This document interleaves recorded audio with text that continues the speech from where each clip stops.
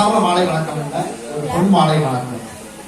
அன்பிற்குரிய நடுவர்களுடைய மற்றும் எங்களுடைய சக சன்மார்க்க அன்பர்களே அனைவருக்கும் என்னுடைய வணக்கத்தை தெரிவித்துக் கொண்டு ரொம்ப ரத்தன சுருக்கமா 3 நிமிஷத்துல முடிச்சுக்கலாம் இருக்கேன். நடுவர் ரொம்ப அழகா ஸ்பீட் ஆரம்பிச்சாங்க. பேசுறதை விட உட்காந்து கேட்கறதா சிரமம் சொன்னாங்க. நடுவர் வந்ததுல இருந்து பார்த்தேன் வந்து ஆடியன்ஸ்க்கு யாரும் வரவேற்பே கொடுக்கல. அவங்க முதல்ல ஒரு சின்ன ஒரு வரவேற்பு கொடுத்தேன். நான் உங்ககிட்ட இருந்து நான் உள்ள போலான்னு பாக்குறேன். சந்தனத்தால் வரவேற்பதா, சந்தோஷத்தால் வரவேற்பதா, வள்ளல் பெருமானுடைய மலர் கொண்டு வரவேற்பதா, இல்லை என்னுடைய ஈரமான இதயத்தால் வரவேற்பதா, என்னுடைய இதழ்களால் வரவேற்பதா, இல்லை எல்லாம் அல்ல அன்னை தமிழை வணங்கி என்னுடைய ஒவ்வொரு பார்வையாளர்களையும் என வரவேற்கிறேன்.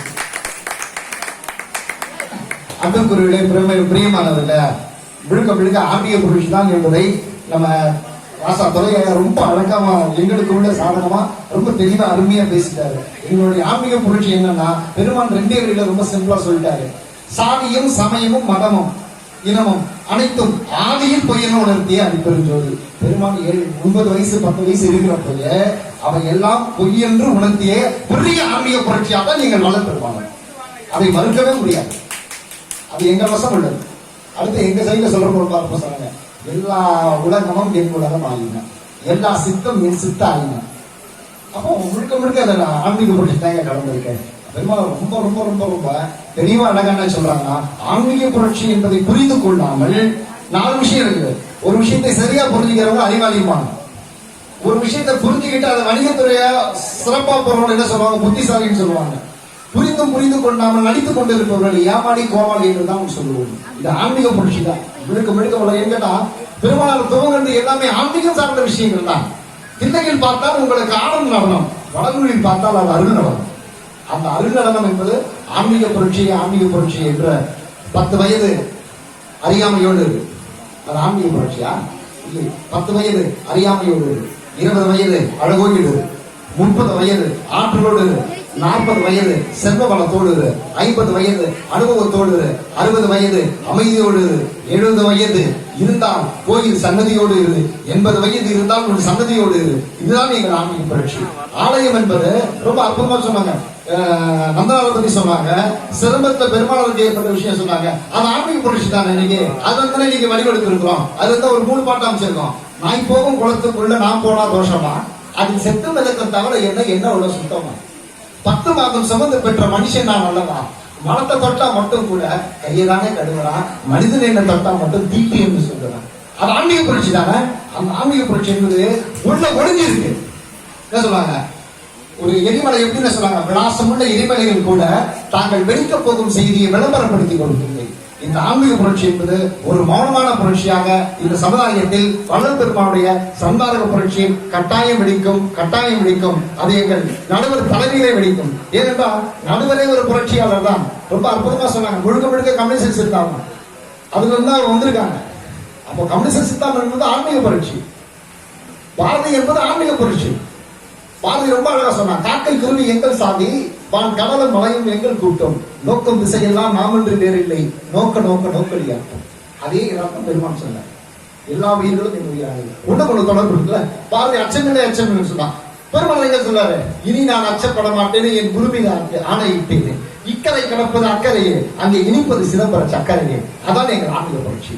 தெளிவாக விளக்கிய அனைத்து அன்பர்களுக்கும் எங்கள் இதயபூர்வமான நன்றியையும் வணக்கத்தையும் தெரிவித்துக் கொண்டு, இங்கு இருந்த சூழ்நிலையில் என்னை அழைத்த என்னுடைய அன்பு நண்பர் மகாதேவனை பற்றி ஒரு சில வரையும், உப்பில்லாமல் கூட வாழ்ந்துவிடலாம், மகாதேவன் உங்கள் நட்பில்லாமல் என்றால் வாழ்ந்துவிட முடியாது.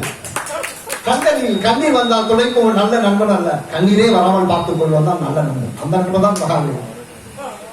மகாதேவன் என்பது என்ன சொல்றாங்க, நட்பல்ல. என் நட்பு என்பது வெறும் உதடுகளால் உச்சரிக்கப்படுவதல்ல, இதயத்தின் துடிப்பாக இருக்கிறது. நட்பு என்பது நான் தடுமாறும் போது தட்டி கேட்பதும், நாம் தடம்படும் போது தாங்கி பிடிப்பதும் நல்ல ஒரு நட்பு. அந்த சான்றோர்களை நாம் வாழ்க்க வேண்டும். ஏன்னா நிறைய நம்ம புரட்சியா சமூகமா நிறைய பேசிட்டோம். அந்த தாய் தந்தையர் இங்க அமர்ந்திருக்கிறாங்க, அவங்கள வாழ்க்கணும். என்ன சொல்றாங்க, அந்த அம்மா பாக்குறப்போ இந்த மாதிரி ஒரு குழந்தை இந்த சமூகத்துக்கு கொடுத்தாங்க. 1ஆம் மாதம் அம்மா உனக்கு உடம்பும் வலித்ததமா, 2ஆம் மாதம் அம்மா உனக்கு நெஞ்சும் வலித்ததமா, 3ஆம் மாதம் அம்மா உனக்கு முதுகும் வலித்ததமா, 4ஆம் மாதம் அம்மா உனக்கு நடையது தளர்ந்ததம்மா, நடையது தளர்ந்ததம்மா. 5ஆம் மாதம் அம்மா, 5ஆம் மாதம் அம்மா, 5 பஞ்ச பூதமம்மா, 5 பஞ்ச பூதமம்மா. 6ஆம் மாதம் அம்மா, 6ஆம் மாதம் அம்மா, உனக்கு அடிமையிலும் கணக்கும் அம்மா, அடிமையிலும் கணக்கும் அம்மா. 7ஆம் மாதம் அம்மா, 7ஆம் மாதம் அம்மா, உனக்கு எலுமிச்சையும் இனிக்கும் அம்மா, எலுமிச்சையும் இனிக்கும் அம்மா. 8ஆம் மாதம் அம்மா, 8ஆம் மாதம் அம்மா, மகாதேவன் எட்டி தவழுதம்மா, உங்கள் மகிழ்ச்சியில் எட்டி தவழுதம்மா. 9ஆம் மாதம் அம்மா, 9ஆம் மாதம் அம்மா, தொப்புள் குடி தெரிந்ததம்மா, தொப்புள் குடி தெரிந்ததம்மா. 10ஆம் மாதம் அம்மா, 10ஆம் மாதம் அம்மா, இந்த குழந்தை வந்து சன்னார்ந்த புரட்சிக்காக பிறந்ததம்மா, பிறந்ததம்மா என்று சொல்லி என் அண்ணன் நம்மை வாழ்த்தி, அதுக்கு மேல சொல்ல போனா நம்ம நடுவர் தொடர்ச்சியா தமிழுக்காகவே வாழ்ந்து கொண்டிருக்கிறவர், முழுக்க முழுக்க ஆன்மீக புரட்சிக்காக வாழ்ந்து கொண்டிருக்கிறவர். ஆனால் இவருடைய அறிவும் இவருடைய தெளிவும் வேறொருவருக்கு இருந்தால் அவர்கள் விண்ணிலே பறந்து கொண்டிருப்பார்கள். வானம் தன்னுடைய உயரத்தை பார்த்து பெருமிதம் பெற்றுக் கொண்டதாம், கடல் தன்னுடைய ஆழத்தை பார்த்து பெருமிதம் பெற்றுக் கொண்டதாம், குயில் தன்னுடைய குரலினை பார்த்து பெருமிதம் பெற்றுக் கொண்டதாம், மயில் தன்னுடைய நடனத்தை பார்த்து பெருமிதம் பெற்றுக் கொண்டதாம், பாடலில் தன்னுடைய வண்ணங்களை பார்த்து பெருமிதம் பெற்றுக் கொண்டதாம். எந்த தருவாயிலும் பெருமிதம் பெற்றுக் கொள்ளாமல் தமிழுக்காகவே தன்னை முழுமையாக அர்ப்பணித்துக் கொண்டிருக்க இந்த நடுவரையும் இந்த இடத்தில் நான் வாழ்த்தி, எல்லாம் வல்ல நடுவரை பற்றி அவர் ஒரு கவிதை சொன்னாங்க. நடுவரை பற்றி நான் ஒரு கவிதை எழுதியிருக்கேன். பொது தொண்டே உனது மூச்சு, புன்னகை கழுவும் உன் தமிழ் பேச்சு, மதிநுட்பம் உண்மை என்று தலைவா, மற்றவர்கள் நீ மாசற்று பழகும் பண்பு, நீராளும் கடலை போல நிலமாளும் தமிழை போல ஈரேழு ஜென்மத்திற்கு என்றென்றும் தமிழோடு வாழ்வாய் என்று உன்னை வாழ்த்துகிறேன், வணங்குகிறேன், வணங்குகிறேன். இப்போது கிடைத்த வாய்ப்பு எப்போது கிடைக்குமோ அப்போது கிடைக்கும் வாய்ப்புக்கு இப்போது நன்றி சொல்லி, இப்போது உங்களை பெரிய மனம் இல்லாமல் எப்போது காண்கிறேன், அப்போது எப்போது வரும் என்ற இயக்கத்தோடு இப்போது விடைபெறுகிறேன். நன்றி, வணக்கம், வாழ்க வளமுடன். ஒரே ஒரு கருத்து, ஸ்ரீதெய்வ வழிபாடு சொல்லி இல்லைன்னு சொன்னாங்க இல்லையா, அப்பவே ஆன்மீக புரட்சி தான். ஸ்ரீதெய்வ வழிபாடு இல்லைன்னு சொன்னாங்க இல்லையா, அப்பயே ஆன்மீக புரட்சி.